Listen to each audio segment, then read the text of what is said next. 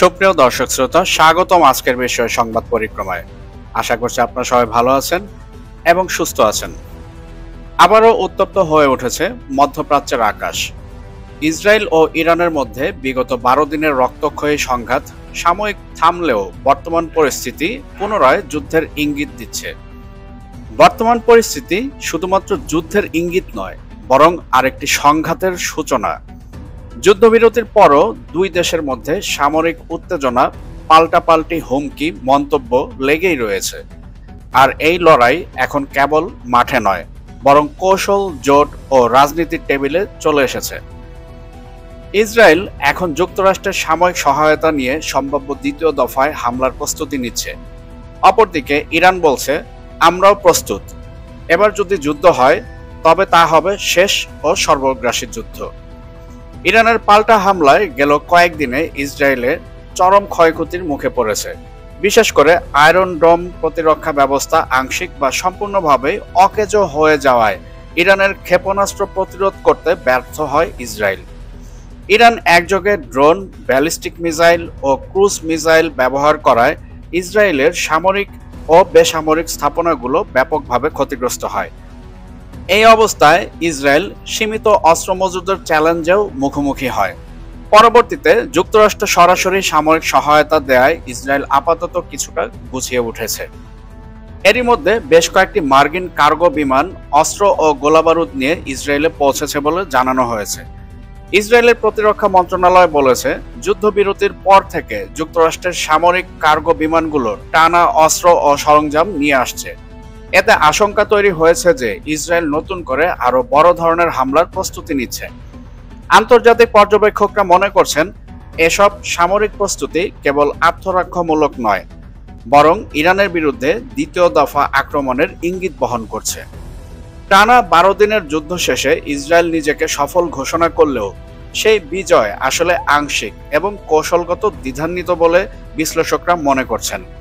ইরানের কয়েকজন শীর্ষ সেনা কর্মকর্তা এবং পরমাণু বিজ্ঞানী নিহত হলেও দেশটির সামরিক সক্ষমতা অক্ষত রয়েছে। তবে যুদ্ধ চলাকালে ইসরায়েল যুক্তরাষ্ট্রকে ইরানের পারমাণবিক স্থাপনায় হামলায় যুক্ত করতে সক্ষম হয়েছিল, যা ভূ রাজনৈতিকভাবে অনেক বড় ঘটনা। নেতানিয়াহু পরিষ্কারভাবে জানিয়েছেন, ইরান আবার উস্কানি দিলে তারা দ্বিতীয়বারও হামলা চালাতে দ্বিধা করবে না। আন্তর্জাতিক সম্পর্ক বিশ্লেষকরা মনে করছেন, ইসরায়েল এখন কৌশলগতভাবে এমন এক সময়ের অপেক্ষা করছে যখন যুক্তরাষ্ট্র সহ পশ্চিমা বিশ্ব সমর্থন দিবে তাকে, আর ইরানকে সামরিক ও অর্থনৈতিকভাবে দুর্বল করে দিবে, যাতে করে ইরান ভবিষ্যতে আর পরমাণু কর্মসূচি চালাতে না পারে। তবে এতে বড় বাধা হয়ে দাঁড়াতে পারে যুক্তরাষ্ট্রের অভ্যন্তরীণ রাজনৈতিক বিরোধ এবং ইউরোপের দ্বিধাগ্রস্ত মনোভাব, কেননা এরই মধ্যে ইউরোপের বেশ কয়েকটি দেশ ইসরায়েলের সমালোচনা করেছে। একই সাথে দেশটির সাথে সম্পর্ক ছিন্ন করারও হুমকি দিয়েছে। গত জুন মাসের মাঝামাঝি ইসরায়েলের আকস্মিক বিমান হামলায় যুদ্ধের সূচনা হয়। এই হামলায় 1000-এর বেশি ইরানি এবং অন্তত 29 জন ইসরায়েলি প্রাণ হারান। ইসরায়েলের দাবি, ইরানের পরমাণু কর্মসূচিকে ধ্বংস করতেই এমন হামলা চালানো হয়েছিল। কিন্তু ইরান পাল্টা দাবি করছে, তাদের কর্মসূচি পুরোপুরি বেসামরিক এবং আন্তর্জাতিক আইনের অধীনে পরিচালিত হচ্ছে এবং আগামীতেও তা হবে। আন্তর্জাতিক পারমাণবিক সংস্থা IAEA পর্যন্ত ইরানের সাথে একই কথা বলেছে যে ইরানের পরমাণু কর্মসূচি কখনোই বিশ্বের জন্য হুমকি স্বরূপ নয় বা ক্ষতিকর নয়। কিন্তু ইসরায়েল আর আমেরিকা শুধু বাহানা খুঁজছে কিভাবে ইরান আক্রমণ করা যায়। বর্তমানে দুই দেশেই নজিরবিহীন সতর্কতা জারি রয়েছে। ইরানের প্রেসিডেন্ট মাসুদ পেজেশকিয়ান আল জাজিরাকে জানিয়েছেন, যুদ্ধবিরতি যে দীর্ঘমেয়াদী হবে তার কোনো নিশ্চয়তা নেই। ইসরায়েল যদি আবার আক্রমণ করে তাহলে ইরান এবার ইসরায়েলের মাটিতে ঢুকে পাল্টা আঘাত করবে, তছনছ করে দেবে ইসরায়েলের প্রতিটি সামরিক ঘাঁটি। বিশ্লেষকদের মতে ইরান এবার শুধুমাত্র প্রতিরক্ষামূলক নয়, আক্রমণাত্মক কৌশলের প্রস্তুতি নিচ্ছে, যা এরই মধ্যে প্রমাণও করেছে ইরান। কেননা চীন এবং রাশিয়া থেকে তারা সামরিক অস্ত্র সংগ্রহ করেছে। এর মধ্যে আকাশ প্রতিরক্ষা ব্যবস্থা কার্যকর করেছে, অর্থাৎ ইরান এরই মধ্যে রাশিয়ার আকাশ প্রতিরক্ষা ব্যবস্থা মোতায়েন করেছে। ইসরায়েল যদিও বলছে তারা কেবল পরমাণু স্থাপনাগুলোকে লক্ষ্য করছে, বাস্তবে দেখা গিয়েছে দেশটির লক্ষ্যবস্তু ছিল ইরানের সামরিক কমান্ড সেন্টার, রাজনৈতিক ভবন, এমনকি উচ্চপদস্থ কর্মকর্তাদের বাসভবন ও আদালত প্রাঙ্গণও। অর্থাৎ ইসরায়েল চায় ইরানকে এমন একটি পর্যায়ে নিয়ে যেতে যেখানে তারা সিরিয়া বা লেবাননের মতো একটি দুর্বল ও অনিয়ন্ত্রিত রাষ্ট্রে পরিণত হবে। ইউরোপীয় ইউনিয়ন এর কিছু সদস্য রাষ্ট্র ইরানের উপর আবারও কঠোর নিষেধাজ্ঞা আরোপের জন্য প্রস্তুতি নিচ্ছে। আগস্ট মাসে যদি জাতিসংঘের পুরনো নিষেধাজ্ঞা আবার কার্যকর হয় এবং নতুন কোনো চুক্তি না হয়, তাহলে ইসরায়েলের জন্য ইরানকে লক্ষ্য করে আবারও হামলা চালানো অনেক সহজ হবে। সম্প্রতি যুক্তরাষ্ট্রের পররাষ্ট্রমন্ত্রী ও জার্মানি, ফ্রান্স ও যুক্তরাজ্যের পররাষ্ট্রমন্ত্রীদের সঙ্গে বৈঠক করেছেন। সেখানে সিদ্ধান্ত হয় আগস্টের মধ্যে নতুন কোনো চুক্তি না হলে জাতিসংঘের পুরনো নিষেধাজ্ঞাগুলো আবার কার্যকর হবে। 2015 সালে পরমাণু চুক্তির পর এসব নিষেধাজ্ঞা স্থগিত করা হয়েছিল, কিন্তু ট্রাম্প প্রশাসনের একতরফাভাবে চুক্তি ত্যাগ করার পর উত্তেজনা আবার চরমে পৌঁছায়। এখন ইউরোপীয় দেশগুলোর ভূমিকাই নির্ধারণ করবে যুদ্ধের নতুন অধ্যায় কবে শুরু হবে এবং আদৌ হবে কিনা। যুদ্ধ থামলেও ইরানের সাম্প্রতিক সময়ে ঘন ঘন বিস্ফোরণ ও অগ্নিকাণ্ডের ঘটনা ঘটেছে, যা গৃহযুদ্ধের ইঙ্গিত দিচ্ছে। নিউ ইয়র্ক টাইমসের এক প্রতিবেদনে বলা হয়েছে ইসরায়েল এসবের পেছনে গোপনভাবে জড়িয়ে রয়েছে। বিভিন্ন শিল্প কারখানা, তেল শোধনাগার, এমনকি বেসামরিক স্থাপনাগুলোতেও বিস্ফোরণ ঘটাচ্ছে, যা ইসরায়েলের গোপন সাইবার ও গেরিলা যুদ্ধ কৌশলের অংশ। তাই ইরানকে সর্বোচ্চ সতর্ক থাকতে হচ্ছে সবসময়। ইরান ইস্যুতে ইসরায়েলের রাজনৈতিক দলগুলোর মধ্যে আশ্চর্যজনকভাবে ঐক্য হয়েছে। গাজা, পশ্চিম তীর বা অভ্যন্তরীণ বিষয়গুলোতে যতই মতানৈক্য থাকুক, ইরান প্রশ্নে প্রায় সকলেই একমত। অনেকে মনে করছেন নেতানিয়াহু নিজের রাজনৈতিক ভবিষ্যৎ রক্ষায় এই উত্তেজনাকে কাজে লাগিয়ে দ্বিতীয় দফায় হামলা করতে পারে ইরানে। সিরিয়া, লেবানন, গাজা ও ইয়েমেনে ইসরায়েলের আগ্রাসন ঠিক যে সামরিক কৌশলে করেছে ইসরায়েল, একইভাবে ইরানেও অস্থিরতা ও গৃহযুদ্ধের জন্ম দিতে চাচ্ছে, যাতে করে ইরানের বর্তমান সরকারের পতন হয়।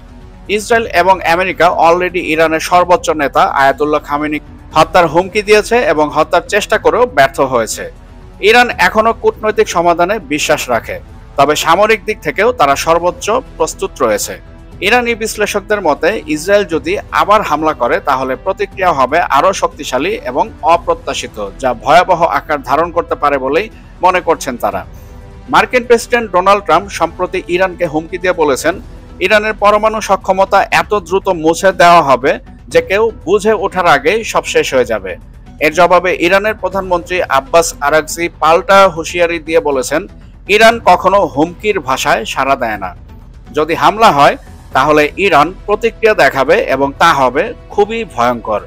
ইরানের সর্বোচ্চ নিরাপত্তা বাহিনী আইআরজিসির মুখপাত্র ব্রিগেডিয়ার জেনারেল আলী মোহাম্মদ নাইনি জানান, ইসরায়েলের হুমকি তাদের দাবিয়ে রাখতে পারবে না। এবার যদি যুদ্ধ শুরু হয় তবে ইসরায়েলিদের পালানোর কোনো জায়গা থাকবে না। অর্থাৎ ইহুদিরা পৃথিবীর কোন প্রান্তে পালাবে তা নিয়ে প্রশ্ন দেখা দিবে।